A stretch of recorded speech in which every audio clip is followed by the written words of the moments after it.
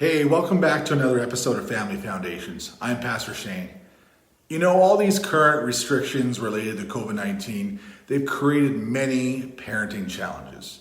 Today we want to look at understanding exactly who our kids are as human beings, and then how should we as parents care for our kids during this pandemic.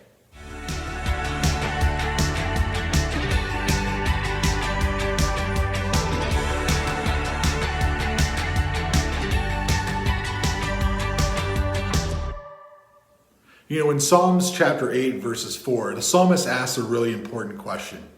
What is man that you are mindful of him? Ironically, at the end of the Psalms, the psalmist actually answers that question in 139:14, where he states, I am fearfully and wonderfully made. See, outside of being designed and purposed by God, what actually constitutes the makeup of a human? This is a crucial question for us as parents to wrestle with today. And this is why. What we know to be true about humanity and what it means to be made in the image of God is actually under attack today.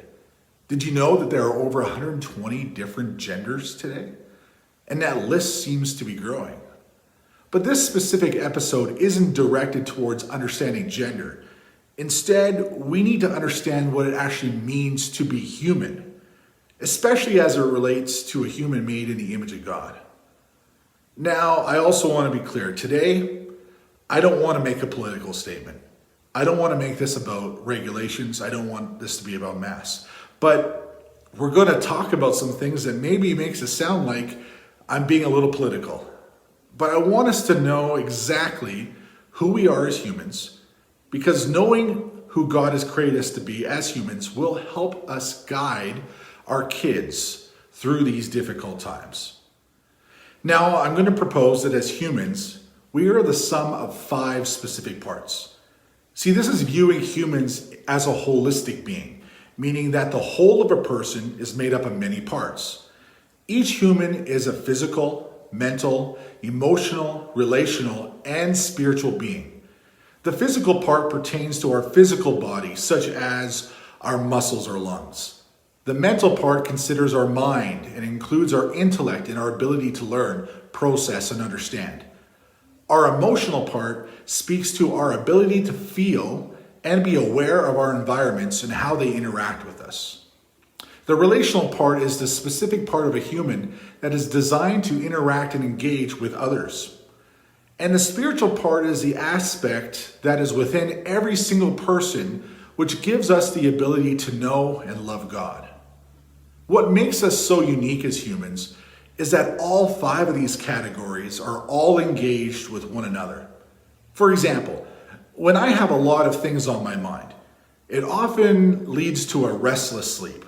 So what is going on in my mind affects my physical body's ability to rest. And for us as humans to actually be healthy, all 5 of these aspects of who we are needs to be considered and cared for. See, let's look at the ministry of Jesus. He holistically cared and ministered to those he came across.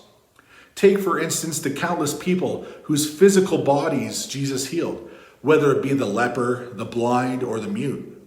Jesus ministered to one's mental state, and a great example of this is evidenced in Jesus' conversation with Nicodemus in John chapter 3, verses 1 to 21.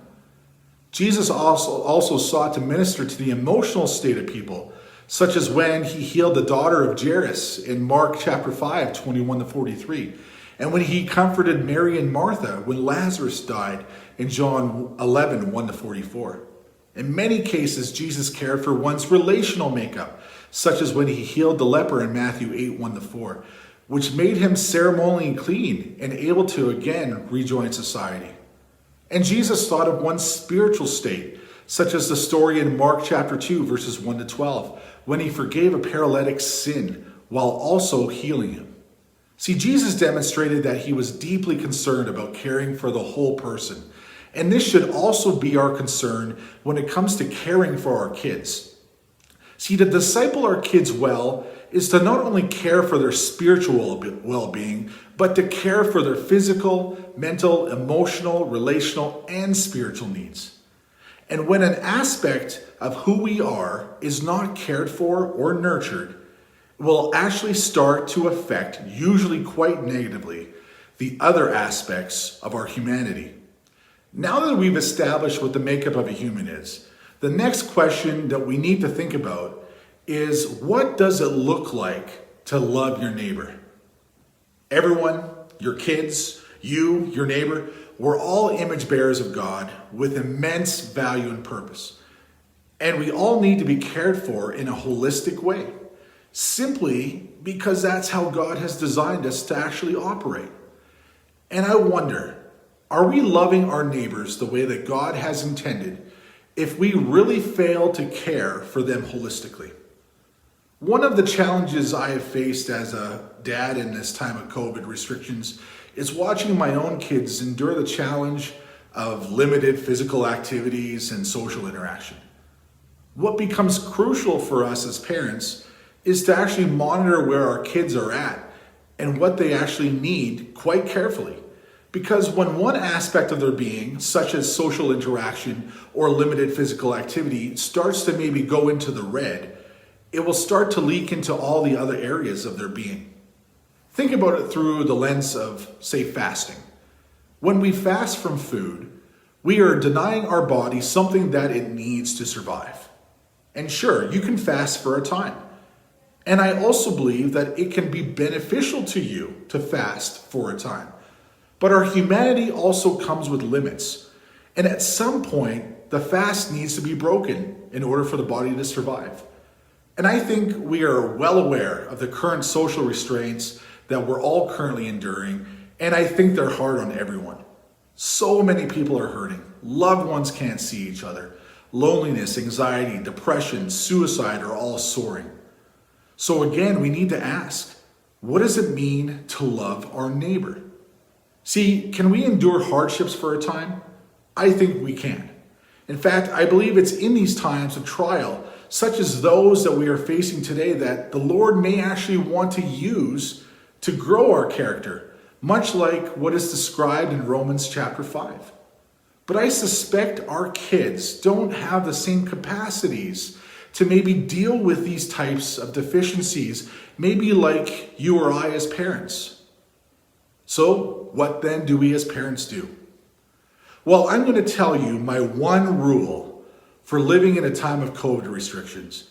And I also understand that other people may not agree, and that's okay. Here is my rule. Loving our neighbor holistically is living in obedience to Christ, even if it's viewed as disobedience to the state. I think that somewhat captures the spirit of what Peter intended in Acts 5:29, where he stated that we must obey God rather than man. I want to be clear. I personally do not view this rule as liberty to do whatever I want. This view is based upon the needs of other people. So when you as a parent see your child struggling with depression because they can't see or hug a friend or a loved one, the loving and Christ-like thing to do is to care for them by creating the opportunity for them to see their friend or their loved one. I believe as much as possible, our intent should be to follow the government mandates, unless you actually think that what is being asked becomes contrary to what Scripture would ask of you. And I fully understand that people will most likely differ on what that actually looks like, and that is okay. But I personally don't see this as license to, anytime I wish, do whatever I want. See, that may indicate that we are using our freedoms for personal gain. But when we are operating with care and concern for others, when they are actually in need, I feel I truly have liberty to do so, even if there are consequences.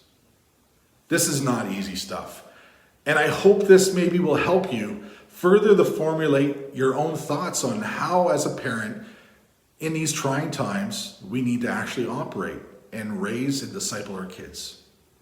As usual, if you have any thoughts, questions, or comments, feel free to send me an email. Thanks for watching.